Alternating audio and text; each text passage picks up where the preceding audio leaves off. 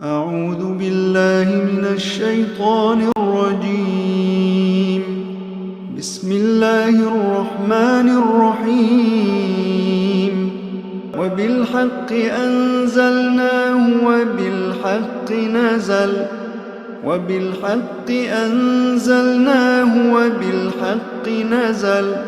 وما أرسلناك إلا مبشرا ونذيرا وقرآنا فرقناه لتقرأه على الناس على مكث ونزلناه تنزيلا. അസ്സലാമു അലൈക്കും വറഹ്മത്തുള്ളാഹി വബറകാതുഹു. ഖുർആൻ പദം 918 ദിവസത്തിലേക്ക് എല്ലാവരെയും ഹാർദമായി സ്വാഗതം ചെയ്യുന്നു. സൂറത്ത് ഇസ്രായിലെ 105, 106 ആയത്തുകളാണ് ഇന്ന് പഠന വിധേയമാക്കുന്നത്. ക്ലാസ് ആരംഭിക്കുന്നതിനായി ആദരണീയനായ ഡോക്ടർ AI വിലായത്തുള്ള സാഹിബിനെ ക്ഷണിക്കുന്നു. അസ്സലാമു അലൈക്കും വറഹ്മത്തുള്ളാഹി വബറകാതുഹു. അഊദു ബില്ലാഹി മിനശ് ശൈത്വാനിർ റജീം. ബിസ്മില്ലാഹിർ റഹ്മാനിർ റഹീം. വബിൽഹഖ് അൻസൽനാഹു വബിൽഹഖ് നസൽ വമാ അർസൽനാക ഇല്ലാ മുബശ്ശിറൻ വനദീറാ وقرآنا فرقناه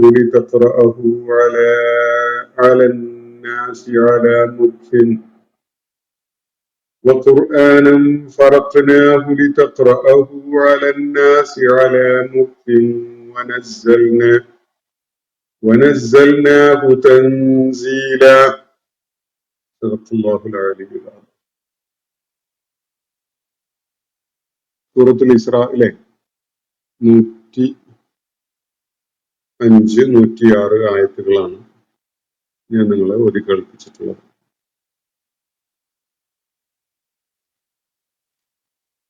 ഈ ആയത്തുകൾ മുഖ്യമായിട്ടും വിശുദ്ധ ഖുർആനെ പരാമർശിച്ചുകൊണ്ടുള്ളതാണ്.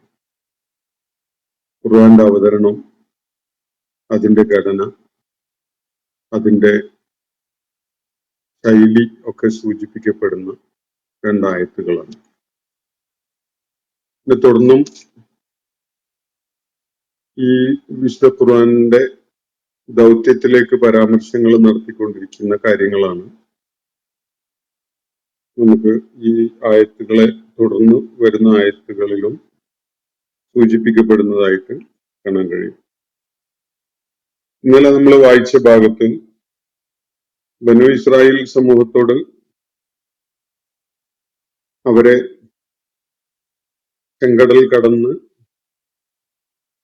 ഫറോവയുടെയും പ്രമാണിമാരുടെയും ഒക്കെ ഉപദ്രവങ്ങളിൽ നിന്ന് രക്ഷപ്പെട്ട് പോകുന്ന ഘട്ടത്തില് അള്ളാഹു പറഞ്ഞൊരു കാര്യമാണ് പരാമർശിക്കപ്പെട്ടത്. അവരോട്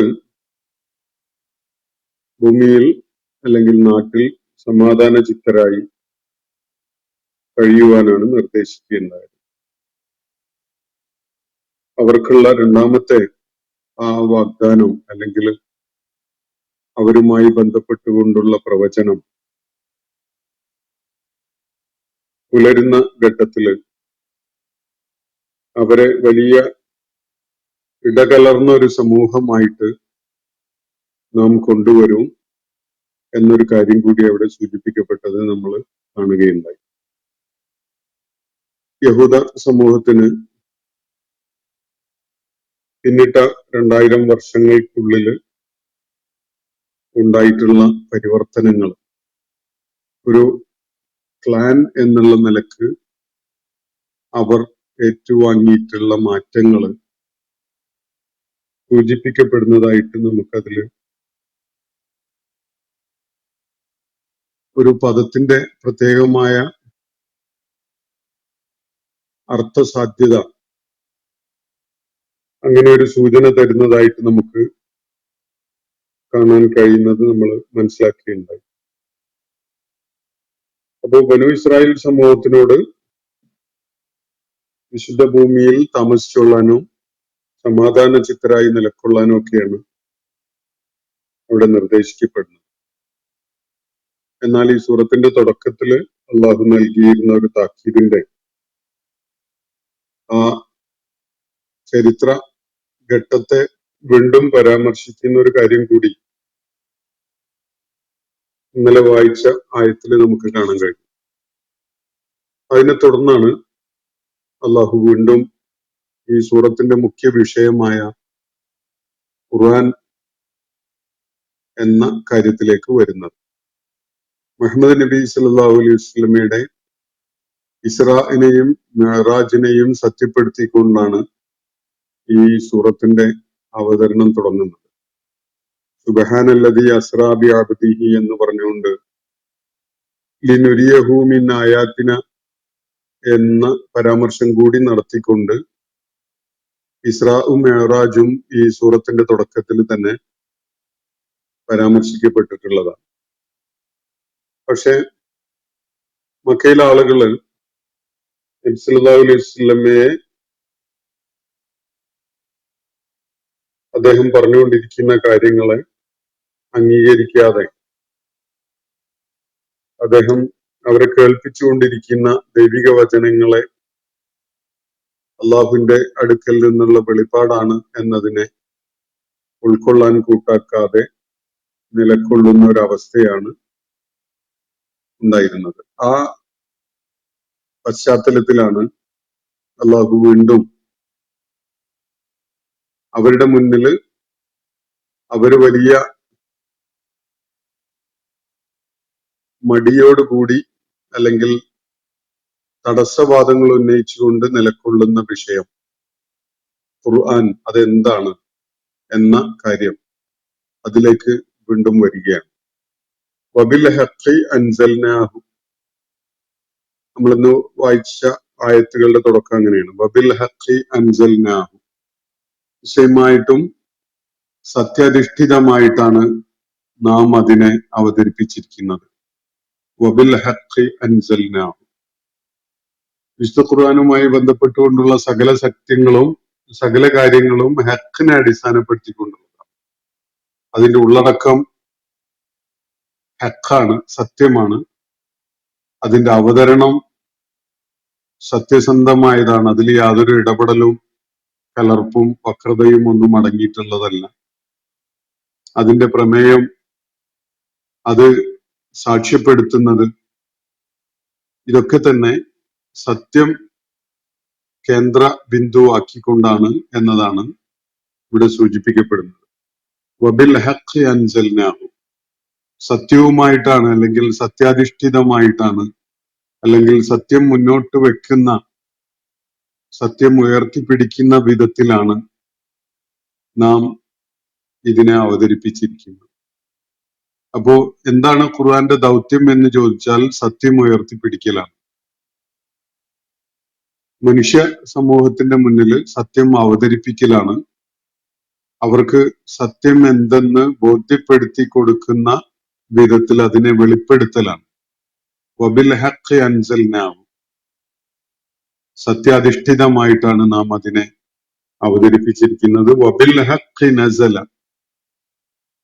സത്യാധിഷ്ഠിതമായിട്ട് തന്നെയാണ് അത് അവതരിച്ചിരിക്കുന്നത്. അള്ളാഹു അവതരിപ്പിച്ചതിനും ഈ ഗ്രന്ഥം അവതരിച്ചതിനും ഇടക്ക് യാതൊരു കറപ്ഷനും ഉണ്ടായിട്ടില്ല. അതാണ് സൂചിപ്പിക്കപ്പെടുന്ന ഒരു കാര്യം. വബിൽ ഹഖി അൻസൽനാഹു, സത്യം മുന്നോട്ട് വെക്കുന്ന വിധത്തില്, സത്യം ഉയർത്തിപ്പിടിക്കുന്ന വിധത്തില് സത്യാധിഷ്ഠിതമായിട്ടാണ് നാം അതിനെ അവതരിപ്പിച്ചിരിക്കുന്നത്. വബിൽ ഹഖി നസല, സത്യാധിഷ്ഠിതമായിട്ടാണ് അത് അവതരിക്കുകയും ചെയ്തിട്ടുള്ളത്. അപ്പൊ അള്ളാഹു അവതരിപ്പിച്ചു എന്ന ഒരു കാര്യത്തിൽ തന്നെ കാര്യം വ്യക്തമാണ്.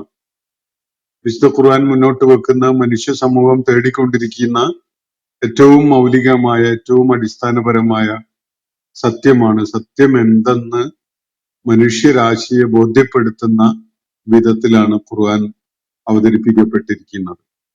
ഇനി അതിന്റെ അവതരണ പ്രക്രിയയിൽ അതിന് അള്ളാഹു സ്വീകരിച്ച മാധ്യമങ്ങൾ, അള്ളാഹു മലക്ക് ജിബ്രീൽ മുഖേനയാണ് മനുഷ്യന് മുഹമ്മദ് നബി സല്ലല്ലാഹു അലൈഹി വസല്ലമക്ക് അത് എത്തിച്ചിരിക്കുന്നത്. ആ ഘട്ടത്തിൽ അതില് യാതൊരു കൂട്ടിക്കലർത്തലുകളും ഉണ്ടായിട്ടില്ല. മുഹമ്മദ് നബി സല്ലല്ലാഹു അലൈഹി വസല്ലം അത് മനുഷ്യരാശിയെ കേൾപ്പിക്കുന്ന ഘട്ടത്തിലും അങ്ങനെ യാതൊന്നും അതില് സംഭവിച്ചിട്ടില്ല. അത് സത്യമാണ് പൂർണ്ണമായിട്ടും. അത് അവതരിപ്പിക്കപ്പെട്ടിരിക്കുന്നത്, നാം അതിനെ അവതരിപ്പിച്ചിരിക്കുന്നത് സത്യാധിഷ്ഠിതമായിട്ടാണ്. അത് അവതരിച്ചിരിക്കുന്നതും സത്യാധിഷ്ഠിതമായിട്ടാണ്. അപ്പൊ അതില് ഇടക്ക് വെച്ച് എന്തെങ്കിലുമൊക്കെ കയറിക്കൂടിയെന്നോ അല്ലെങ്കിൽ ഉള്ളത് നഷ്ടപ്പെട്ടു എന്നൊക്കെയുള്ള അങ്ങനെയുള്ള കണക്കുകൂട്ടലുകളോ ആശങ്കകളൊന്നും വേണ്ട. അതിന്റെ പൂർണ്ണമായ ഉത്തരവാദിത്വം, അതിന്റെ വ്യക്തതയോടുകൂടി അതിന്റെ ലക്ഷ്യത്തിൽ എത്തുന്നതിന് വേണ്ടിയുള്ള സകല സജ്ജീകരണങ്ങളും അള്ളാഹു ചെയ്തിട്ടുണ്ട് എന്നാണ് പരോക്ഷമായിട്ട് ഇവിടെ സൂചിപ്പിക്കപ്പെടുന്നത് എന്ന് കാണാൻ കഴിയും. സത്യമാണ് ഖുർആൻ ഉയർത്തിപ്പിടിക്കുന്നത്. അതിൽ സത്യമല്ലാത്ത ബാത്തിലിന്റെ യാതൊരു കണികയും അടങ്ങിയിട്ടില്ല.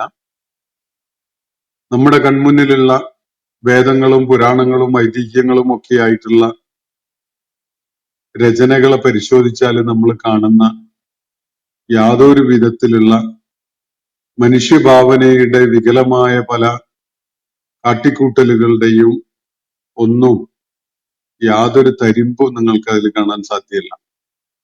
പൂർണ്ണമായിട്ട് ദൈവിക ഉത്തരവാദിത്വത്തില് സമ്പൂർണമായി സത്യം മനുഷ്യന് വെളിപ്പെടുത്തി കൊടുക്കുക എന്ന നിലക്ക് അവതരിപ്പിക്കപ്പെട്ടിരിക്കുന്നതാണ് വിശുദ്ധ ഖുർആൻ.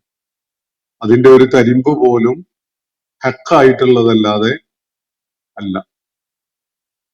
അത് അള്ളാഹു അവതരിപ്പിച്ചിരിക്കുന്നത് സത്യാധിഷ്ഠിതമായിട്ടാണ്. അത് അവതരിച്ചിരിക്കുന്നതും അല്ലെങ്കിൽ മനുഷ്യരുടെ കൈകളിലേക്ക് എത്തിയിരിക്കുന്നതും സത്യാധിഷ്ഠിതമായിട്ടാണ്. മനുഷ്യരാശിക്ക് അവന്റെ ഭാഗധേയവുമായി ബന്ധപ്പെട്ടുകൊണ്ടുള്ള ഏറ്റവും സുപ്രധാനമായ, ഏറ്റവും മർമ്മപ്രധാനമായ സത്യം ഉയർത്തിപ്പിടിക്കുന്ന വിധത്തിലാണ് അത് അവതരിപ്പിക്കപ്പെട്ടിരിക്കുന്നത്. അത് നിങ്ങളുടെ കൈകളിൽ എത്തിയിരിക്കുകയും ചെയ്തിരിക്കുന്നത്. വമാ അർസൽനാക ഇല്ലാ മുബശ്ശിറൻ വനദീറ. എന്നിട്ട് ഈ ഖുർആന്റെ പശ്ചാത്തലത്തിൽ അള്ളാഹു ഒരു കാര്യം നബി സല്ലല്ലാഹു അലൈഹി വസല്ലമയോട് പറയുകയാണ്. പ്രവാചകരെ, താങ്കളെ നാം നിയോഗിച്ചയച്ചിട്ടില്ല ഇല്ലാ മുബശ്ശിറൻ വനദീറ, ഒരു സന്തോഷ വാർത്ത നൽകുന്നവനായിട്ടും ഒരു താക്കീതുകാരനായിട്ടും അല്ലാതെ. ഈ വചനത്തിന് വിശുദ്ധ ഖുർആനുമായിട്ട് നേരിട്ട് ബന്ധമുണ്ട്. ഈ ഖുർആൻ ഹക്കായിട്ട് ഉൾക്കൊള്ളുന്ന ആളുകൾക്കുള്ള സന്തോഷ വാർത്ത നൽകുന്നവനായിട്ടാണ് മുഹമ്മദ് നബി സല്ലല്ലാഹു അലൈഹി വസല്ലം നിലകൊള്ളുന്നത്. ഈ ഖുർആൻ ഉൾക്കൊള്ളാൻ കൂട്ടാക്കാതെ, അതിനെ സത്യമായിട്ട് അംഗീകരിക്കാതെ അതിനോട് പുറംതിരിഞ്ഞു നിൽക്കുന്ന ആളുകൾക്കുള്ള താക്കീത് നൽകുന്നവനായിട്ട് കൂടിയാണ് മുഹമ്മദ് നബി സല്ലല്ലാഹു അലൈഹി വസല്ലം നിലകൊള്ളുന്നത്. അതും അപ്പൊ ഈ വാചകവും ഖുർആന്റെ ദൗത്യ നിർവഹണവുമായിട്ട് നേരിട്ട് ബന്ധമുള്ളത് തന്നെയാണ്. വബിൽ ഹഖ്ഖി അൻസൽനാഹു വബിൽ ഹഖ്ഖി നസല. സത്യാധിഷ്ഠിതമായിട്ടാണ് നാം ഈ കിതാബിനെ അവതരിപ്പിച്ചിരിക്കുന്നത്.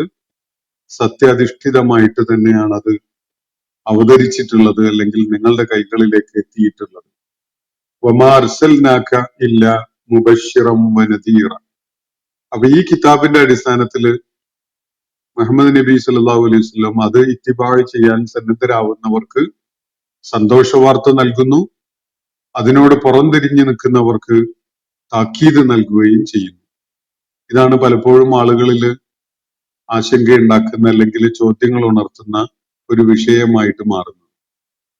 ഖുർആൻ വലിയ പ്രലോഭനവും ഭീഷണിയുമാണ് നടത്തുന്നത് എന്നത്. പ്രലോഭനം എന്ന വിധത്തിലാണ് പലരും അതിനെ പറയാറുള്ളത്. സന്തോഷ വാർത്തയാണ്.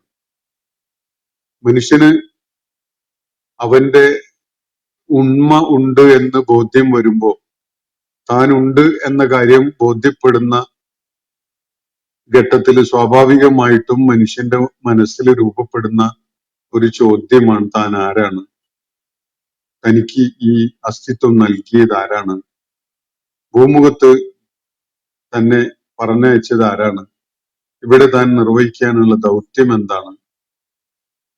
തനിക്ക് അനിവാര്യമായും നേരിടേണ്ടി വരുന്ന മരണത്തെ മരണത്തിന്റെ യാഥാർത്ഥ്യം എന്താണ്, അതിനെ തുടർന്ന് തനിക്ക് എന്ത് പരിണിതിയാണ് വരാൻ പോകുന്നത് തുടങ്ങിയ ചോദ്യങ്ങള് മനുഷ്യന്റെ മുന്നില് നമ്മളൊന്നും അവന്റെ മുന്നിൽ ഒന്നും വെക്കുന്നില്ലെങ്കിലും ഈ ചോദ്യങ്ങൾ അവന്റെ മുന്നിൽ രൂപപ്പെട്ടു വരും എന്നതിൽ യാതൊരു തർക്കവുമില്ല.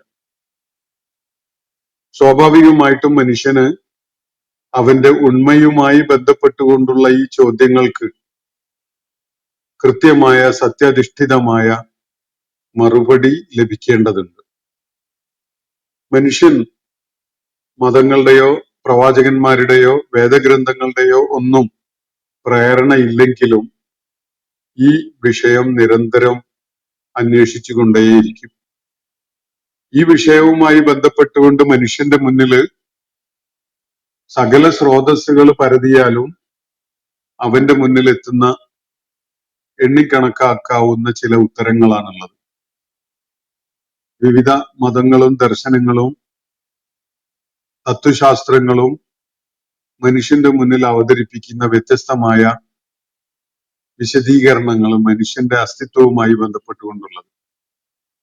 ഈ വിശദീകരണങ്ങളെ, ഈ ഉത്തരങ്ങളെ ഒന്ന് വിലയിരുത്തി നോക്കിയാൽ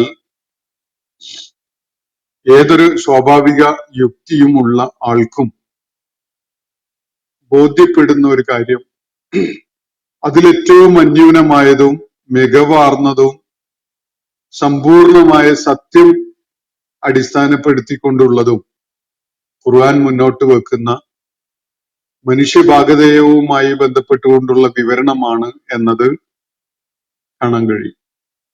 അതിന് വളരെ ലളിതമായ സ്വാഭാവികമായ യുക്തിബോധം മാത്രമേ മനുഷ്യന് ആവശ്യമുള്ളൂ. മനുഷ്യന് ബാക്കി ജീവിത വീക്ഷണങ്ങൾ, മനുഷ്യന്റെ സ്വത്വവുമായി ഭാഗധേയവുമായി ബന്ധപ്പെട്ടുകൊണ്ടുള്ള ജീവിത വീക്ഷണങ്ങളെ ഒന്ന് പരിശോധിച്ചാൽ, ഒന്ന് താരതമ്യം ചെയ്താൽ വളരെ എളുപ്പത്തില് മനുഷ്യന് ചില തീരുമാനങ്ങളിലേക്ക് എത്താൻ സാധിക്കും. ആ തീരുമാനങ്ങള് അടിസ്ഥാനപരമായി അവന്റെ സത്യസന്ധതയെ ആശ്രയിച്ചുകൊണ്ടുള്ളതാണ്. ബുദ്ധിപരമായ സത്യസന്ധതയോടുകൂടിയാണ് ഒരാൾ അത് അന്വേഷിക്കുന്നതെങ്കിൽ തീർച്ചയായിട്ടും അയാൾ ഹക്ക് കണ്ടെത്തുന്നവനും അത് പിൻപറ്റുന്നവനുമായി മാറും. അത്തരം ആളുകൾക്ക് മുഹമ്മദ് നബി സല്ലല്ലാഹു അലൈഹി വസല്ലം മുബശ്ശിറായിട്ടാണ് നിലകൊള്ളുന്നത്. അവർക്ക് അള്ളാഹുവിന്റെ അടുക്കല് അപാരമായ പ്രതിഫലം അവരെ കാത്തിരിക്കുന്നുണ്ട് എന്ന സന്തോഷ വാർത്ത. അതാണ് മുഹമ്മദ് നബി സല്ലല്ലാഹു അലൈഹി വസല്ലം അവരുടെ കാര്യത്തിൽ നൽകുന്നത്. എന്നാൽ ബുദ്ധിപരമായ സത്യസന്ധത കാണിക്കാതെ ഫുസൂഖിന്റെ വഴിയിൽ, ഫിസ്ഖിന്റെ അല്ലെങ്കിൽ ഒരു ഫാസിഖിന്റെ വഴി പിന്തുടർന്നുകൊണ്ട് ഒരാള് ബുദ്ധിപരമായ സത്യസന്ധത ഇല്ലാതെ കാപ്പട്യവും സത്യസന്ധതയില്ലായ്കയും ഒക്കെ ആയിട്ട് ആണ് കാര്യങ്ങളെ സമീപിക്കുന്നത്. എന്നിട്ട് സ്വാർത്ഥവും ഭൗതികവുമായ പല താല്പര്യങ്ങളുടെയും പിടിയിൽ അമർന്നുകൊണ്ട് ഈ ഹക്കിനെ മൂടിവെക്കാൻ മുതിരുന്ന ആളുകൾ, അത്തരം ആളുകൾക്ക് അതികഠിനമായ ദൈവിക ശിക്ഷ വന്നു ചേരാനിരിക്കുന്നു എന്ന ഒരു താക്കീത് നൽകുന്ന നദീറുമായിട്ടാണ് നബി സല്ലല്ലാഹു അലൈഹി വസല്ലം നിലകൊള്ളുന്നത്. ഈ കാര്യമാണ് നമ്മളിപ്പോ വായിച്ച ഈ ആയത്തിന്റെ അവസാന ഭാഗത്ത് അള്ളാഹു പറയുന്ന. മനുഷ്യനെ സംബന്ധിച്ചിടത്തോളം ഹക്കാണ് പ്രധാനം. സമീപകാലത്ത് നമുക്ക് മനുഷ്യന്റെ മാനവിക അന്വേഷണങ്ങളുടെയൊക്കെ ഭാഗമായിട്ടുള്ള പ്രയത്നങ്ങളിൽ കടന്നു വന്ന ഒരു സമീപനവും ഒരു ദർശനവും നിങ്ങൾ ശ്രദ്ധിച്ചു കാണും. പോസ്റ്റ് ട്രൂത്ത് എന്നാണ് അത് അറിയപ്പെടുന്നത്. സത്യാനന്തര കാലം എന്ന ഒരു പേരാണ് അതിന് നൽകപ്പെടുന്നത്. സത്യം എന്ന ഒന്നില്ല, ഓരോരുത്തർക്കും അവർക്ക് അനുഭവപ്പെടുന്ന സത്യങ്ങളാണുള്ളത്. പൊതുവായ എല്ലാവർക്കും ബാധകമായ സത്യമില്ല എന്നതാണ് പലരും എത്തിച്ചേരുന്ന, അല്ലെങ്കിൽ ആധുനിക കാലഘട്ടത്തില് ചില പടിഞ്ഞാറൻ ചിന്തകരെങ്കിലും എത്തിച്ചേർന്നിട്ടുള്ള ഒരു ധാരണ. ഇതാണ് പോസ്റ്റ് ട്രൂത്ത് ആശയത്തിന്റെ ഒരു അടിത്തറ. അതുകൊണ്ട് ഒരു കേന്ദ്രീകൃതമായ ഒരു അടിസ്ഥാന സത്യം, ഒരു സമഗ്രമായ സത്യമില്ല. നിങ്ങൾക്ക് അനുഭവപ്പെടുന്നതാണ് നിങ്ങളുടെ സത്യം, എനിക്ക് അനുഭവപ്പെടുന്നതാണ് എന്റെ സത്യം, വേറെ ചിലർക്ക് അനുഭവപ്പെടുന്നതാണ് അവരുടെ സത്യം. ഇങ്ങനെയൊക്കെയുള്ള വലിയ ആശയക്കുഴപ്പമുണ്ടാക്കുന്ന ഒരു വീക്ഷണമാണ് ഇവര് അവതരിപ്പിക്കാറുള്ളത്. നമ്മളെ കാലഘട്ടത്തിൽ നമ്മൾ നേരിടുന്ന ഈ ലിംഗ വിഷയവുമായി ബന്ധപ്പെട്ടുകൊണ്ടുള്ള ജെൻഡർ ഡിസ്കോഴ്സസിൽ ഓരോരുത്തരുടെയും ലിംഗം ഏതാണ്, താൻ ആണാണോ പെണ്ണാണോ എന്ന വിഷയം, അത് ജനനം നിർണയിക്കുന്നതല്ല. ജനിക്കുന്ന സമയത്ത് തന്നെ അവനാണോ പെണ്ണോ ആയിട്ട് പിറവിയെടുക്കുകയല്ല, മറിച്ച് മുതിർന്ന് വളർന്ന് വലുതായതിന് ശേഷം ഓരോരുത്തർക്കും എന്താണ് തോന്നുന്നത് അതാണ് അവന്റെ ലിംഗം. അവൻ ആണാണോ പെണ്ണാണോ എന്നത് തീരുമാനിക്കപ്പെടുന്നത് അവന്റെ തോന്നലിന്റെ അടിസ്ഥാനത്തിലാണ് എന്നൊക്കെയുള്ള ആശയങ്ങൾ പോലും ഈ സത്യാനന്തര കാലത്തിന്റെ ഒരു ബൈ പ്രോഡക്റ്റ് ആയിട്ട് നമുക്ക് കാണാൻ കഴിയും. എന്നാൽ ഖുർആൻ മുന്നോട്ട് വെക്കുന്നത് ഇതിന്നൊക്കെ വ്യത്യസ്തമായ ഒരു വളരെ ശ്രദ്ധേയമായ കാര്യമാണ്. ഈ പ്രപഞ്ചം താനെ ഉണ്ടായ ആകസ്മികതയുടെ ഫലമായിട്ടുള്ള ഒരു സംഗതിയല്ല. ഉദ്ദേശപൂർവം ഒരു സ്രഷ്ടാവായ ദൈവം സൃഷ്ടിച്ചതാണ് ഈ പ്രപഞ്ചം അഖിലവും, അതിലെ സകല ചരാചരങ്ങളും. മനുഷ്യനും അങ്ങനെ അള്ളാഹുവിനാൽ, പ്രപഞ്ച സ്രഷ്ടാവിനാൽ സൃഷ്ടിക്കപ്പെട്ട ഒരു സൃഷ്ടിയാണ്. മനുഷ്യൻ ഒരു പ്രത്യേക ദൗത്യം നിർവഹിക്കാൻ വേണ്ടി തന്നെ നിയോഗിക്കപ്പെട്ടവനാണ്. തുടർന്ന് ഇങ്ങനെയുള്ള മനുഷ്യനുമായി ബന്ധപ്പെട്ടുകൊണ്ട് വളരെ കൃത്യവും വ്യക്തവുമായ ഒരു ധാരണ നൽകുന്ന ഒരു ആദർശമാണ്, ഒരു ആശയമാണ് ഖുർആൻ മുന്നോട്ട് വെക്കുന്നത്. ഏത് അന്വേഷകനും മനുഷ്യന്റെ മുന്നിലുള്ള ഈ വിഷയത്തിലെ വ്യത്യസ്തമായ ആശയങ്ങളെ ഈ ഖുർആൻ മുന്നോട്ട് വെക്കുന്ന ആശയത്തിനോട് താരതമ്യം ചെയ്ത് പഠിക്കാവുന്നതും ഏറ്റവും യുക്തിപൂർവമായത് ഏതെന്ന് കണ്ടെത്താവുന്നതുമാണ് എന്നതാണ് വസ്തുത. പടിഞ്ഞാറിന്റെ ആശയക്കുഴപ്പത്തിൽ നിന്ന് ഉടലെടുത്ത പോസ്റ്റ് ട്രൂത്ത് എന്ന നിലപാട് അല്ലെങ്കിൽ വീക്ഷണം, അത് ആശയകാലുഷ്യം സൃഷ്ടിക്കുന്ന ഒരു നിലപാടും ഒരു വീക്ഷണവുമാണ് എന്നതിനപ്പുറത്തേക്ക് അതിന് യാതൊരു പ്രാധാന്യവും പ്രസക്തിയുമില്ല എന്നത് കാര്യങ്ങളെ വിശദമായി പരിശോധിക്കാൻ മുതിരുന്ന ആർക്കും ബോധ്യപ്പെടും. അപ്പൊ മനുഷ്യന്റെ മുന്നിൽ ഹക്ക് എന്താണ് എന്നത് വളരെ പ്രാധാന്യമുള്ള ഒരു ചോദ്യമാണ്. അതിന് ഉത്തരം കണ്ടെത്തുന്നതിന്റെ അടിസ്ഥാനത്തിലാണ് അവന്റെ ജീവിതത്തിലെ ഓരോ നിലപാടും, അവന്റെ ശ്വാസമിടിപ്പ് പോലും അല്ലെ നാടിമിടിപ്പ് പോലും അതിനെ ആശ്രയിച്ചുകൊണ്ടുള്ള ഒരു കാര്യമാണ് എന്നതാണ് വസ്തുത. അതുകൊണ്ടാണ് ഇസ്ലാമിക സമൂഹം ആ തികവാർന്ന വ്യക്തതയുള്ള തെളിമയുള്ള ആദർശം വ്യക്തികളിൽ അവരുടെ ചെറിയ പ്രായത്തിൽ തന്നെ പഠിപ്പിച്ചു കൊടുക്കുന്നത്, പറഞ്ഞു കൊടുക്കുന്നത്. അത് പറഞ്ഞു കൊടുക്കുന്നില്ലെങ്കിൽ വേറെ പല അബദ്ധങ്ങളുമായിരിക്കും ഒരു കുഞ്ഞിന്റെ മനസ്സിൽ എഴുതി പിടിപ്പിക്കപ്പെടുക ചെറിയ പ്രായത്തിൽ തന്നെ. അത് നമുക്ക് കാണാൻ കഴിയും. അവനെ ഒരു ബ്ലാങ്ക് സ്ലേറ്റ് ആയിട്ട്, ഒന്നും എഴുതിയിട്ടില്ലാത്ത ഒരു ചുവരായിട്ടല്ല വളർന്നു വരിക. പല അബദ്ധങ്ങളും എഴുതി ചേർത്ത ഒരു ചുവരായിട്ട് ആണ്, അല്ലെങ്കിൽ ഒരു സ്ലേറ്റ് ആയിട്ടാണ് അത് ഒരാള് വളർന്നു വരിക. അബദ്ധങ്ങളല്ല, സത്യമാണ് ഓരോരുത്തരുടെയും ആ ഭിത്തിയില് അല്ലെങ്കിൽ ചുവരില് മനസ്സില് കുറിച്ചിട്ട് കൊടുക്കേണ്ടത് എന്നതാണ് ഇത് സംബന്ധമായിട്ടുള്ള ഇസ്ലാമിന്റെ നിലപാട്.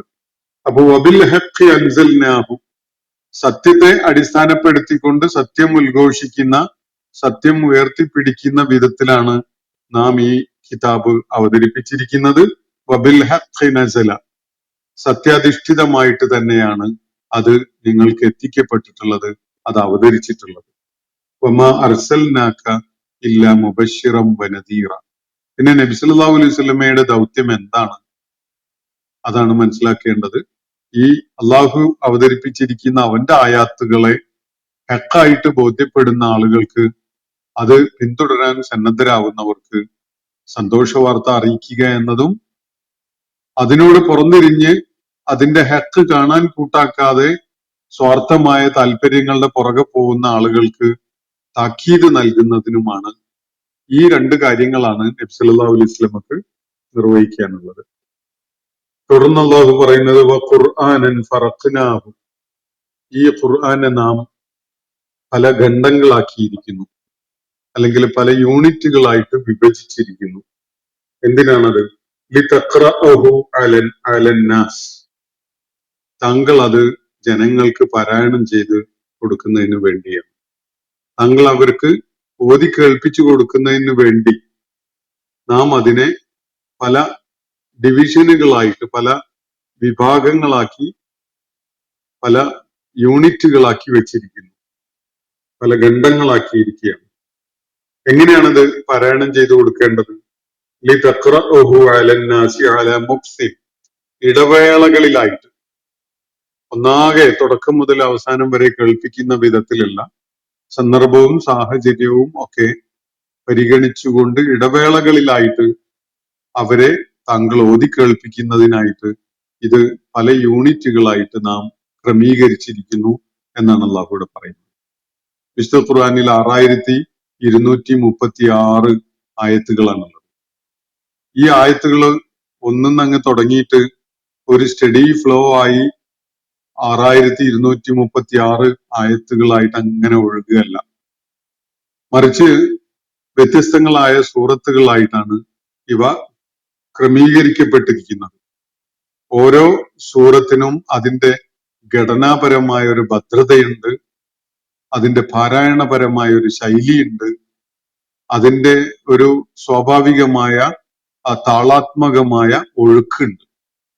ഏതെങ്കിലും ഒരു സൂറത്തിലെ ഒരായത്ത് മറ്റൊരു സൂറത്തിൽ ഒളിപ്പിച്ചു വെച്ചാൽ അത് അവിടെ ഫിറ്റ് ആവില്ല, അത് അവിടെ ചേർന്ന് നിൽക്കൂല. അതിന്റെ ഘടനയിൽ അത് കുഴപ്പമുണ്ടാക്കും, അതിന്റെ പാരായണത്തിന്റെ താളാത്മകതയിൽ അത് ഭംഗം വരുത്തും, അതിന്റെ സംഗീതാത്മകതയിൽ അത് കോട്ടം വരുത്തും, അത് അവിടത്തേക്ക് ഫിറ്റ് ആവാത്തൊരു സംഗതിയായിട്ട് മാറും. സൂറത്തുൽ ഫാത്തിഹയ്ക്ക് അതിന് നിശ്ചയിക്കപ്പെട്ട ഒരു ക്രമവും ഒരു ഘടനയും ഒരു പാരായണത്തിന്റെ ഒഴുക്കും അതുപോലെ താളവും സംഗീതാത്മകതയും ഒക്കെ ഉണ്ട്. ഇത് വേറെ എവിടെയെങ്കിലും കൊണ്ടുപോയി ഫിറ്റ് ചെയ്യാൻ പറ്റൂല. സൂറത്ത് യാസീന് മറ്റൊരു സ്വഭാവമാണുള്ളത്. സൂറത്തുൽ ഇസ്രാ നമ്മൾ വായിച്ചുകൊണ്ടിരിക്കുന്ന ഈ സൂറത്തിന് അതിന്റെ ശബ്ദക്രമീകരണത്തിലും താളാത്മകതയിലും ശൈലിയിലും ഒക്കെ തന്നെ ഒരു യുണീക്ക്നെസ് ഉണ്ട്. ഓരോ സൂറത്തും അങ്ങനെയാണ് അള്ളാഹു രൂപകൽപ്പന ചെയ്തിട്ടുള്ളത് എന്ന് കാണാൻ കഴിയും. അപ്പൊ ഇത് തുടക്കം മുതൽ അവസാനം വരെയുള്ള ഒരു മഹാപ്രവാഹമായിട്ടല്ല ഉള്ളത്. വ്യത്യസ്ത ഭാഗങ്ങളായി വ്യത്യസ്ത ശൈലിയും രൂപവും ഘടനയും ഒക്കെയുള്ള വിധത്തിലാണ്. സൂറത്തുർ റഹ്മാൻ ഒന്ന് വായിച്ചു നോക്കൂ. നമ്മൾ ആവർത്തിച്ച് ചില ആയത്തുകൾ പാരായണം ചെയ്യപ്പെടുന്നത് അതിൽ കാണാൻ പറ്റും. എന്ന വാചകം ആവർത്തിച്ചു വരുന്നത് കാണാം. അതുപോലെ വേറെയും പല സൂറത്തുകൾക്ക് അങ്ങനെയുള്ള പ്രത്യേകതകൾ കാണാം. അൽ ഖാരിഅതു മൽ ഖാരിഅ വമാ അദ്റാക മൽ ഖാരിഅ എന്നൊക്കെ പറഞ്ഞുകൊണ്ടുള്ള ആ ഓരോ ആയത്തിന്റെയും ശൈലി, അതിന്റെ ശബ്ദ ചേരുവ, ശബ്ദ മിശ്രണം, അതിന്റെ താളം, അതിന്റെ ഒഴുക്ക്, ഇതിനൊക്കെ തന്നെ അള്ളാഹു ഒരു ക്രമം നിശ്ചയിച്ചിട്ടുണ്ട്. അത് ഒന്ന് മറ്റൊന്നിലേക്ക് കൊണ്ടുപോയി തിരികാൻ സാധ്യമല്ല. തിരികിയാൽ അത് അവിടെ ഫിറ്റ് ആവില്ല, അത് നിൽക്കൂല, അതങ്ങനെ വേറിട്ട് നിൽക്കും, ആ ഒഴുക്കിന് ഭംഗം വരുത്തും. അപ്പൊ അള്ളാഹുവിന്റെ ഒരു ക്രമീകരണമാണ് ഈ സൂറത്തിലുള്ളത്. അല്ലാതെ ഏത് വിഷയവും ഏത് സൂറത്തിലെ വിഷയത്തിനോടൊപ്പവും ചേർത്ത് വെക്കാവുന്ന ഒരു പ്രത്യേകത ഖുർആനുണ്ട്. കാരണം ഒരു സൂറത്തിലും അള്ളാഹു ഒരു വിഷയം മാത്രമായിട്ട് അങ്ങനെ കൈകാര്യം ചെയ്യല്ല ചെയ്യുന്നത്. അതിൽ പലതും വരുന്നുണ്ട്. ചില കോർത്തിണക്കലുകൾ അതിൽ നിരന്തരമായി നടത്തപ്പെട്ടതായിട്ട് നമുക്ക് കാണാൻ കഴിയും. വ്യത്യസ്തങ്ങളായ വിഷയങ്ങളാണ് സൂറത്തുൽ ബഖറയിൽ വരുന്നത്. ഒന്നിനെ തുടർന്ന് ഒന്ന് ആയിട്ട് നൂറുകണക്കിന് വിഷയങ്ങളാണ് അതിൽ പ്രതിപാദിക്കപ്പെടുന്നത്. അതില് പശുവിനെ കുറിച്ച് മാത്രമല്ല പറയുന്നത്. ഇസ്രാ എന്ന് നമ്മളിപ്പോ വായിച്ചുകൊണ്ടിരിക്കുന്ന സൂറത്തില് ഈ അള്ളാഹുവിന്റെ പ്രവാചകൻ നടത്തിയ ആ രാപ്രയാണത്തെ കുറിച്ച് മാത്രമല്ല പറയുന്നത്. അത് അതിന്റെ തുടക്കത്തിലുള്ള ഒരു പരാമർശമാണ്. അതുമായി ബന്ധമുണ്ടെങ്കിലും ഇല്ലെങ്കിലും അതില് നൂറുകണക്കിന് വിഷയങ്ങൾ കടന്നു വന്നത് നമ്മൾ കാണുകയുണ്ടായി ഇതിനകം. പിന്നീട് ആയത്തുകളിൽ നമ്മൾ അതൊക്കെ മനസ്സിലാക്കുകയും ചെയ്തു. അപ്പൊ ഖുർആനെ കുറിച്ച് അള്ളാഹു ഇവിടെ പറയുന്നത് ഖുർആനൻ ഫറഖ്നാഹു, ഈ ഖുർആനെ നാം പല ഘടകങ്ങളാക്കി, പല യൂണിറ്റുകളാക്കി വെച്ചിരിക്കുകയാണ്, പല ഖണ്ഡങ്ങളാക്കി വെച്ചിരിക്കുകയാണ്. എന്തിനാണ്? ഇതിനെ ഐഡന്റിഫൈ ചെയ്യണം, ലേബൽ ചെയ്യണം. ഓരോരുത്തർക്കും വായിക്കുമ്പോൾ ഏത് ഭാഗത്താണ് വായിക്കുന്നതെന്ന് മനസ്സിലാക്കാൻ പറ്റണം. സൂറത്ത് യാസീൻ പരിചയമുള്ള ആളുകൾക്ക് അതിലെ ആയത്തുകൾ പാരായണം ചെയ്യപ്പെടുന്നത് കേൾക്കുമ്പോൾ തന്നെ മനസ്സിലാവും. സൂറത്തുൽ ഫാത്തിഹ കേൾക്കുമ്പോൾ മനസ്സിലാവും ഏത് ഭാഗമാണ്, ഏത് സൂറത്താണ് എന്നുള്ളത്. ഇതേപോലെ എല്ലാ സൂറത്തിന്റെയും കാര്യത്തിൽ ഖുർആനോട് എത്രത്തോളം ഓരോരുത്തർക്കും അടുപ്പുണ്ടോ അത്രത്തോളം അത് ഏത് ഭാഗം എന്നത് വ്യക്തമാകും, മനസ്സിലാവും. ആ വിധത്തിൽ ആളുകൾക്ക് മനസ്സിലാകുന്ന ഒരു രൂപഘടന നൽകിക്കൊണ്ട് അതിനെ പല ഖണ്ഡങ്ങളാക്കി വെച്ച് നാം അവതരിപ്പിച്ചിരിക്കുകയാണ്. എന്തിനാണ്? ലിതഖ്റഅഹു അലന്നാസി അലാ മുക്സിൻ, ഇടവേളകളിലായിട്ട്, ഓരോ ഇന്റർവെൽ ഉള്ള വിധത്തിലായിട്ട് താങ്കൾ അത് അവർക്ക്, ജനങ്ങൾക്ക് പാരായണം ചെയ്തു കൊടുക്കുന്നതിന് വേണ്ടിയാണ്. താങ്കൾ അത് അവർക്ക് ഓതി കേൾപ്പിക്കാന്, അവർക്ക് ഖിറാഅത്ത് ചെയ്തു കൊടുക്കാൻ വേണ്ടിയാണ് അങ്ങനെ നാം ചെയ്തിട്ടുള്ളത്. അപ്പൊ ജനങ്ങൾക്ക് ഇത് ഉൾക്കൊള്ളാൻ പറ്റണം, ജനങ്ങളുടെ ശ്രദ്ധ അതിലേക്ക് കൊണ്ടുവരാൻ കഴിയണം, ജനങ്ങളെ ആകർഷിക്കാൻ സാധിക്കണം. ആ വിധത്തിലാണ് ഖുർആന്റെ ക്രമീകരണം. നബി സല്ലല്ലാഹു അലൈഹി വസല്ലം പാരായണം ചെയ്ത് കേൾക്കുമ്പോൾ ഖുർആൻ ഉണ്ടാക്കിയിട്ടുള്ള ഇമ്പാക്ട് ചരിത്രത്തിൽ നമ്മൾ പരതിയാൽ നമ്മൾ അത്ഭുതപ്പെടുത്തും. അതിഗംഭീരമായ ഒരു റെസ്പോൺസ് അത് ആ സമൂഹത്തിൽ ജനറേറ്റ് ചെയ്തിരുന്നു എന്നത് ഉമർ റളിയല്ലാഹു അൻഹുവിന്റെ ചരിത്രം, അതുപോലെയുള്ള പല സംഭവങ്ങളും വെച്ചുകൊണ്ട് നമുക്ക് ബോധ്യപ്പെടും. ആ വിധത്തില് പാരായണം നിർവഹിക്കപ്പെട്ട് കേൾക്കുന്നത് തന്നെ വലിയ ഇമ്പാക്ട് ഉണ്ടാക്കുന്ന ഒരു സംഗതിയാണ്. ആ വിധത്തിൽ താങ്കൾ ജനങ്ങളെ കേൾപ്പിക്കുന്നതിന് വേണ്ടിയാണത് അങ്ങനെ നാം ക്രമീകരിച്ചിരിക്കുന്നത്. പല സൂറത്തുകളിലായി, പല സെക്ഷനുകളിൽ ആയി അള്ളാഹു അതിനെ ക്രമീകരിച്ചിരിക്കുന്നതിൽ അള്ളാഹുവിന് കൃത്യമായ ലക്ഷ്യങ്ങളുണ്ട്. ഇതിനെ ആകെ കൂട്ടിക്കുഴച്ച് അങ്ങ് അതിന്റെ ഘടനയും രൂപവും ഒക്കെ അങ്ങ് മാറ്റിമറിച്ച് ഏതെങ്കിലും ഒരു പ്രത്യേക ഷേപ്പിലുള്ള 6236 ആയത്തുകളായിട്ട് അങ്ങനെ വെച്ചിരിക്കാൻ, അല്ലെങ്കിൽ അങ്ങനെ ഒരു സമാഹാരമാക്കി വെക്കാൻ സാധ്യമല്ല.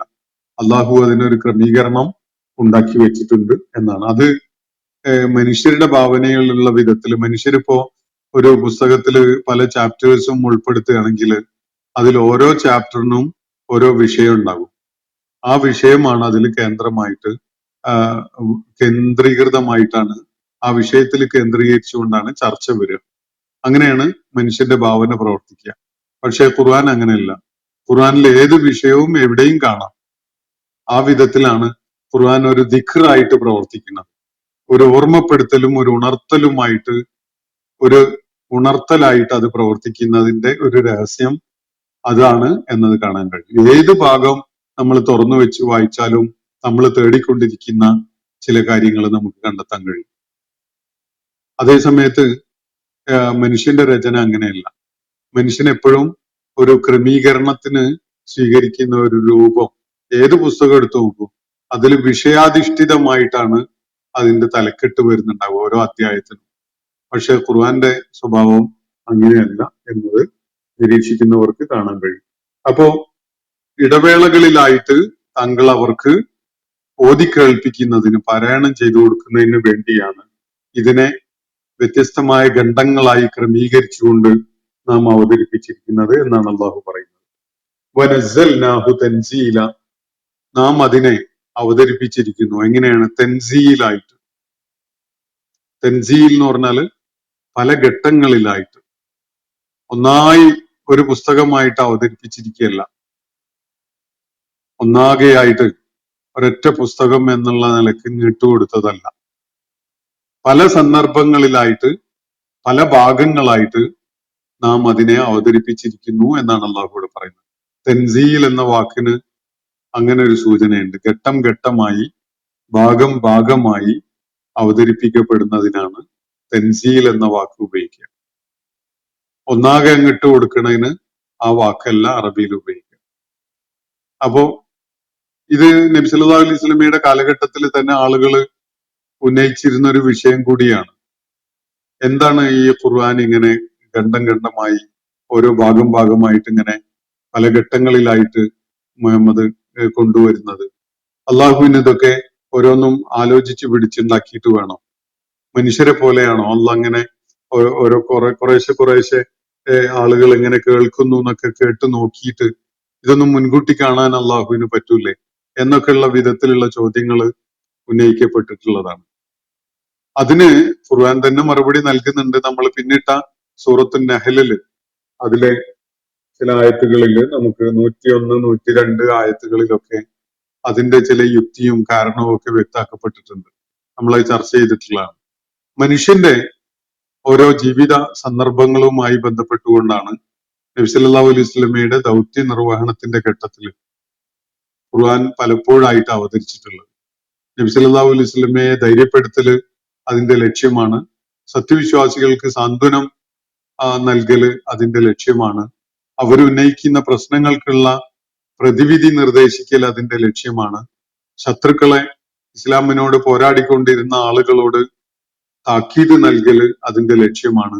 അപ്പൊ ഓരോ സന്ദർഭത്തിലും എന്ത് ആവശ്യമാണോ ഉണ്ടായിരുന്നത് അതിന് ഉള്ള നിവൃത്തിയായിട്ട് പരിഹാരമായി കൊണ്ടുകൂടിയാണ് ഖുർആൻ അവതരിച്ചിട്ടുണ്ടായിരുന്നത്.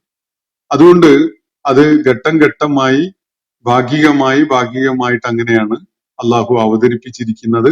അങ്ങനെ ചെയ്തതിന് അള്ളാഹുവിന് വളരെ പ്രാധാന്യമുള്ള ഒരു യുക്തിയും ഒരു ന്യായവും ഒരു കാരണവും ഉണ്ട് എന്നാണ് അള്ളാഹുവിടെ വ്യക്തമാക്കുന്നത്. അപ്പോ ഇന്നത്തെ ഈ 2 ആയത്തുകളുമായി ബന്ധപ്പെട്ടുകൊണ്ടുള്ള ചർച്ച ഞാൻ അവിടെ അവസാനിപ്പിക്കുകയാണ്. ഒരൊറ്റ ചോദ്യം അല്ലെങ്കിൽ ഒറ്റ പരാമർശം ഇന്നലെ നടത്തപ്പെട്ടത് നിങ്ങളെ കേൾപ്പിച്ചുകൊണ്ട് ഒരു പ്രതികരണം നടത്തി അവസാനിപ്പിക്കാം. ഇത് ഇറ്റേണൽ പീസ് എന്ന പേരിൽ ഒരു പ്രൊഫൈലിൽ നിന്നാണ് വന്നിരിക്കുന്നത്. ഒരുപക്ഷെ ഇത് നേരത്തെ ചോദ്യങ്ങൾ ഉന്നയിച്ചിരുന്ന എന്തോ ഒരു പീസ് എന്നൊക്കെ പറഞ്ഞിട്ടുണ്ടായിരുന്നല്ലോ, അദ്ദേഹമോ അല്ലെങ്കിൽ അതുപോലെ വേറെ ആരെങ്കിലും ഒക്കെ ആയിരിക്കും. എന്തായാലും ചോദ്യം ഇതാണ്, അല്ലെങ്കിൽ നിരീക്ഷണം ഇതാണ്: നടപടിയെടുക്കും, ക്രൂരമായ ശിക്ഷ നൽകും എന്ന ഭീഷണികൾ ഒരു ഏകാധിപതിയായ ഭരണാധികാരി സാധാരണ പറയുന്ന കാര്യങ്ങൾ മാത്രമല്ലേ എന്നതാണ്. സാധാരണ ഏകാധിപതികളായ സ്വേച്ഛാധിപതികളായ ആളുകൾ സ്വീകരിക്കുന്ന ഒരു ശൈലിയല്ലേ ശിക്ഷ നടപ്പിലാക്കും, ക്രൂരമായ നടപടി ഉണ്ടാവും എന്നൊക്കെ പറഞ്ഞു. ഈ ക്രൂരമായ നടപടി എന്നത് ഖുർആൻ പറയുന്നില്ല. അത് നിങ്ങളുടെ ഒരു തെറ്റിദ്ധാരണയാണ്. അള്ളാഹു കടുത്ത നടപടി സ്വീകരിക്കും. അത് ക്രൂരത അല്ല, അത് ഓരോരുത്തരും അർഹിക്കുന്നത് മാത്രമാണ്. അള്ളാഹു നീതിയല്ലാത്ത, ന്യായമല്ലാത്ത യാതൊന്നും ചെയ്യുന്നതായിട്ട് ഖുർആൻ പറയുന്നില്ല. മനുഷ്യരുടെ ഇടയിൽ അധികാരം പിടിച്ചെടുക്കുന്ന സ്വേച്ഛാധിപതികളും ഏകാധിപതികളും ഈ വിധത്തില് അല്ല പറയുന്നത്. യഥാർത്ഥത്തിൽ അവര് അക്രമവും അനീതിയുമാണ് നടപ്പിലാക്കുക. നമ്മൾ പലപ്പോഴായിട്ട് നമ്മുടെ ചുറ്റുപാടുകളിലൊക്കെ തന്നെ ഇത് കാണുന്നുണ്ട്. വളരെ സ്വേച്ഛാപരമായ വിധത്തില്, പക്ഷപാതപരമായ വിധത്തില് വിധി തീർപ്പുകൾ നടപ്പിലാക്കുന്ന ഭരണാധികാരികളും ന്യായാധിപന്മാരും ഒക്കെ നമുക്ക് ധാരാളം കാണാൻ കഴിയുന്ന ഒരു കാലഘട്ടത്തിലാണ് നമ്മൾ ജീവിക്കുന്നത്. അവര് അനീതി ചെയ്യുന്നതിൽ, സ്വജനപക്ഷപാതിത്വം കാണിക്കുന്നതിൽ, നമ്മന്റെ ആളുകള് എന്തെങ്കിലും തെറ്റ് ചെയ്താൽ അത് കാണാതിരിക്കുന്നതും, മറ്റുള്ളവര് വല്ലതുമൊക്കെ ചെയ്യുമ്പോൾ അത് വേഗം കാണുകയൊക്കെ ചെയ്യുന്നത്, ഇതൊക്കെ ഭരണാധികാരികളുടെ, മനുഷ്യരായ ഭരണാധികാരികളുടെ സ്വഭാവമാണ്. അള്ളാഹു അങ്ങനെയല്ല. അള്ളാഹുവിന്റെ ഒരു പ്രത്യേകത തന്നെ നീതിമാനാണ് എന്നതാണ്. അള്ളാഹുവിന്റെ നീതിയുടെ തേട്ടമാണ് ചിലരെ ശിക്ഷിക്കേണ്ടി വരുന്നു എന്നത്. എല്ലാവർക്കും, ഇപ്പോ പഠിക്കുന്ന കുട്ടിക്കും പഠിക്കാത്ത കുട്ടിക്കും ഒരുപോലെ മാർക്കിട്ട് കൊടുക്കുന്ന ഒരു അധ്യാപകനെ കുറിച്ച് എന്താണ് പഠിതാക്കൾക്ക് തോന്നുക എന്നൊന്ന് ആലോചിച്ച് നോക്കൂ. ഞാനൊരു താരതമ്യം ചെയ്യല്ല, ഒരു കാര്യം നിങ്ങൾക്ക് എളുപ്പമായി മനസ്സിലാക്കാൻ വേണ്ടി പറയുകയാണ്. ഒരു വ്യവസ്ഥയും ചിട്ടയും ഒക്കെയുള്ള ഒരു സംവിധാനത്തിനകത്ത് അത് പാലിച്ചുകൊണ്ട് അത് നിർവഹിക്കുന്ന ആളുകൾക്ക് കൊടുക്കുന്ന അതേ റിവാർഡ് അതൊന്നും പാലിക്കാത്ത, ശ്രദ്ധയില്ലാത്ത, യാതൊരു ജാഗ്രതയും കാണിക്കാത്ത ഒരാൾക്കും കൊടുക്കുകയാണെങ്കിൽ ആ വ്യവസ്ഥ എത്ര ഫൂളിഷ് ആയിരിക്കും. അതാണ് നമുക്ക് അതിൽ മനസ്സിലാക്കേണ്ടത്. അള്ളാഹുവിന്റെ നടപടി തീർച്ചയായിട്ടും നീതിയിൽ അധിഷ്ഠിതമായിരിക്കും. ഒരു തരിമ്പ് പോലും അനീതിയോ അക്രമമോ അള്ളാഹു ഒരാളോടും ചെയ്യില്ല. അത് ഒരു കുറ്റവാളിയോട് പോലും അള്ളാഹു അങ്ങനെ ചെയ്യില്ല എന്ന് തന്നെയാണ് ഖുർആൻ പലയിടങ്ങളിലായിട്ട് വ്യക്തമാക്കിയിട്ടുള്ളത്. അവരോരോരുത്തരും തന്നെ തങ്ങളുടെ ആത്മാക്കളെ അനാദരിച്ചുകൊണ്ടും ആത്മാക്കളോട് അക്രമം ചെയ്തുകൊണ്ടുമുള്ള പല നടപടികളും ചെയ്തതിന്റെ തിക്തഫലം അവർ ഏറ്റുവാങ്ങുന്നു എന്നതേ പറയാൻ പറ്റുള്ളൂ അള്ളാഹുവിന്റെ കാര്യത്തിൽ. മനുഷ്യനായ ഒരു ഭരണാധികാരി ഏകാധിപത്യവും സ്വേച്ഛാധിപത്യവും നടപ്പിലാക്കുന്ന വിധത്തില് യാതൊന്നും അള്ളാഹുവിന്റെ ഭാഗത്ത് നിന്ന് ഉണ്ടാവുകയില്ല എന്നത് ഖുർആൻ വ്യക്തമാക്കിയിട്ടുള്ള ഒരു സംഗതിയാണ്. അത് നിങ്ങളുടെ തെറ്റിദ്ധാരണയാണ്. അങ്ങനെ ഒരു കമ്പാരിസണ് യാതൊരു പ്രസക്തിയില്ല. മാത്രമല്ല, മനുഷ്യൻ യഥാർത്ഥത്തില് സ്വേച്ഛാധിപതിയും ഏകാധിപതിയുമാകാൻ അവന് എന്ത് അർഹതയാണുള്ളത്? ഒന്ന് ആലോചിച്ച് നോക്കുക. മറ്റു മനുഷ്യർക്കുള്ളതല്ലാത്ത എന്ത് പ്രിവിലേജാണ് സ്വേച്ഛാധിപതിയായിട്ട് മനുഷ്യരെ അടക്കി വാഴുന്ന ചില ധിക്കാരികൾക്ക് ഉള്ളത് എന്നത് ആലോചിക്കാവുന്നതാണ്. എനിക്കും നിങ്ങൾക്കും ഒക്കെ ഉള്ള പോലെയുള്ള സാധ്യതകളും അവസരങ്ങളും ഒക്കെ തന്നെയാണ് ഈ സ്വേച്ഛാധിപതികളും ഏകാധിപതികളും ഒക്കെ യഥാർത്ഥത്തിൽ മനുഷ്യരെന്നുള്ള നിലക്ക് അവർക്കുള്ളത്. പക്ഷേ അവരതിനപ്പുറത്തേക്ക് പോയിക്കൊണ്ട് മറ്റുള്ളവരുടെ മേൽ അധികാരം കൈയടക്കി വെച്ച് അവരെ അതികഠിനമായിട്ട് ദ്രോഹിച്ചുകൊണ്ടിരിക്കുന്ന ഒരു കാഴ്ച നമുക്ക് പലപ്പോഴും കാണാൻ സാധിക്കും. എന്നാൽ അള്ളാഹുവിന്റെ കാര്യത്തില് അങ്ങനെയല്ല. അള്ളാഹു സകലതിന്റെയും സ്രഷ്ടാവാണ്. തന്റെ സൃഷ്ടികളുടെ മേൽ എന്തും ചെയ്യാനുള്ള അധികാരമുള്ളവനും അതിന് യാതൊരു തടസ്സമില്ലാത്തവനുമാണ് യഥാർത്ഥത്തിൽ അള്ളാഹു. അതൊരു ഭരണാധികാരിയോട് തുലനം ചെയ്യാൻ പറ്റൂല. ഭരണാധികാരി അനർഹമായിട്ട് അധികാരം കൈയാളുന്നവനായിരിക്കും.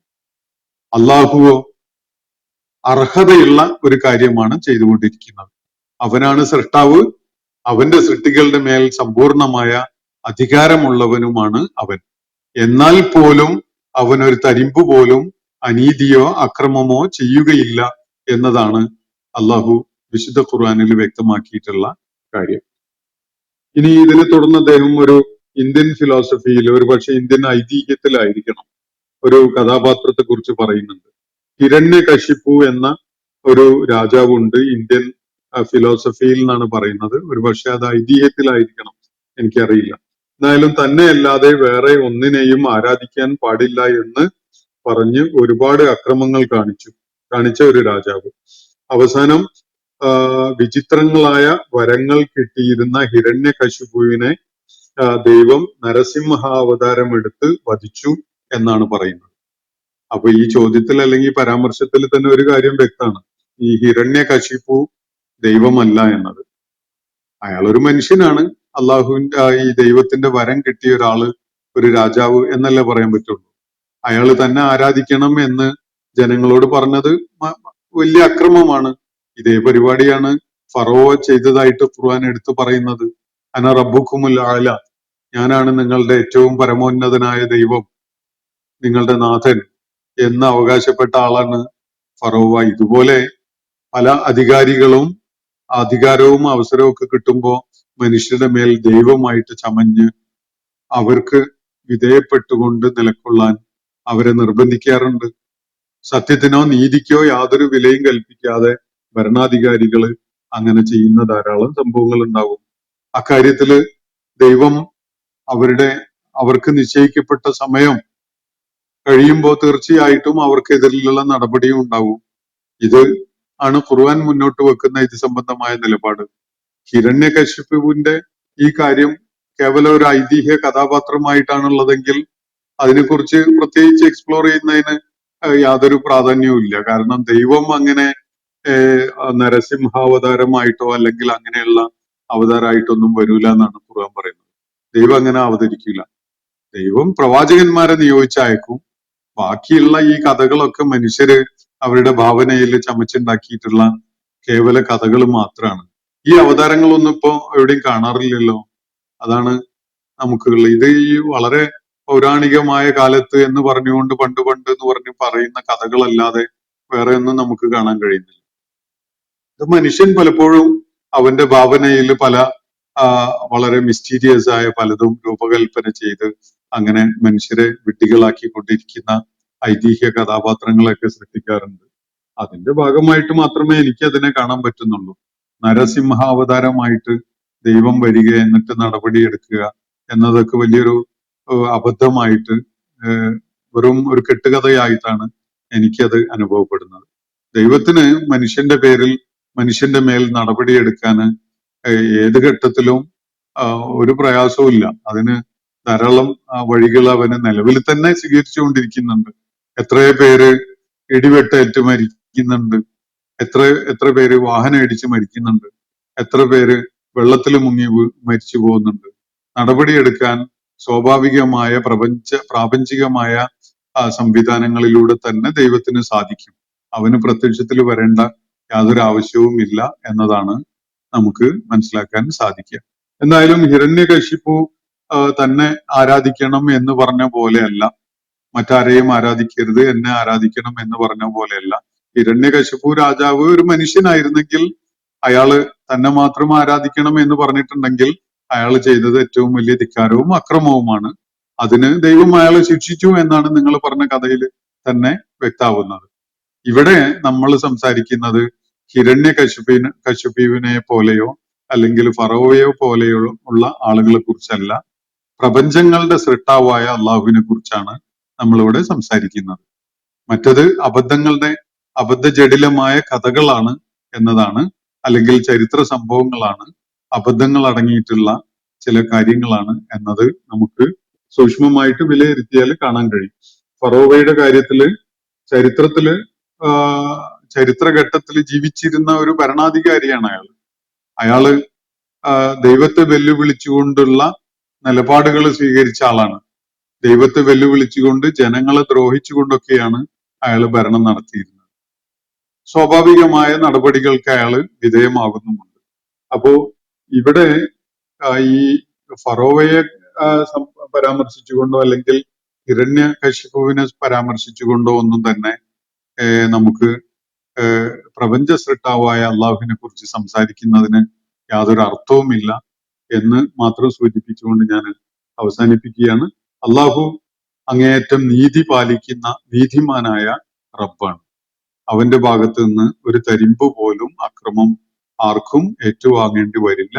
ഒരു തരിമ്പ് പോലും അനീതിയും അവന്റെ നടപടികളിൽ ഉണ്ടാവുകയില്ല എന്നത് അള്ളാഹു വിശുദ്ധ ഖുർആനിൽ ആവർത്തിച്ച് വ്യക്തമാക്കിയിട്ടുള്ള ഒരു കാര്യമാണ്.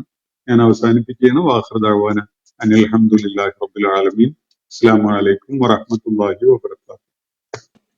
ഖുർആൻ പഠനം ഇവിടെ സമാപിക്കുന്നു. ഖുർആൻ പഠനത്തിൽ പങ്കെടുത്ത എല്ലാവർക്കും അല്ലാഹു അർഹമായ പ്രതിഫലം നൽകി അനുഗ്രഹിക്കട്ടെ. വാഖിർ ദഅ്വാന അനിൽ ഹംദുലില്ലാഹി റബ്ബിൽ ആലമീൻ. അസ്സലാമു അലൈക്കും വറഹ്മത്തുള്ളാഹി വബറകാതുഹു.